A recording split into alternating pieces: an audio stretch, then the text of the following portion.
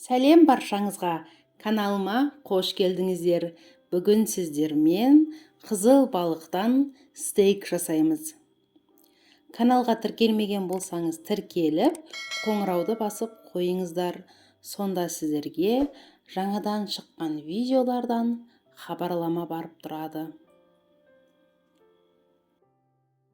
Бұл тағамды тавада пісірсеңіздер де болады, немесе духовкада пісірсеңіздер де болады. Ал бүгін духовкада пісірілетін түрін көрсетемін. Қараңыздар, көрінісі өте әдемі, түскі немесе кешкі асқа ұсынуларыңызға болады. Ең алдымен картобымызды ірі етіп турап аламыз. Дәл видеода көріп тұрғандарыңыздай. Картоптан басқа жанына қызыл немесе көк бұрышты да табаға пісіріп ұсынуларыңызға болады. Енді ол қалауларыңызға байланысты. Тағы да соустарды қосып ұсынсаңыздар болады. Дәмдеуіштерін себеміз: қызыл бұрыш, қара бұрыш, паприка, сұйық май. Араластырамыз.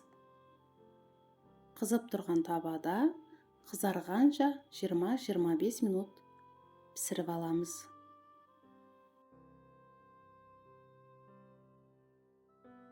Балығымызды пергамент қағазына орналастырып аламыз.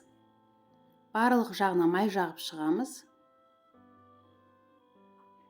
Екі жағына да май жағамыз. Балығымызды аударып, екінші бетіне де жағып шығамыз.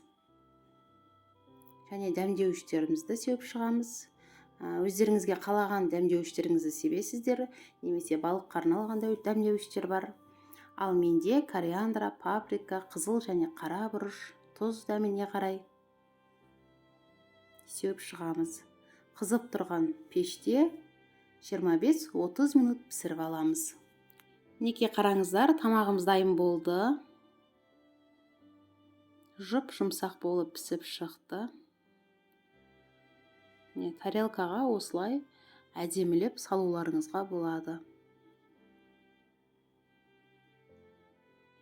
Видеоларым сіздерге ұнап жатса, төменге пікір қалдырып, лайк басып отырыңыздар.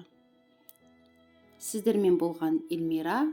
Келесі видеоларда кездескенше астарыңыз дәмді болсын.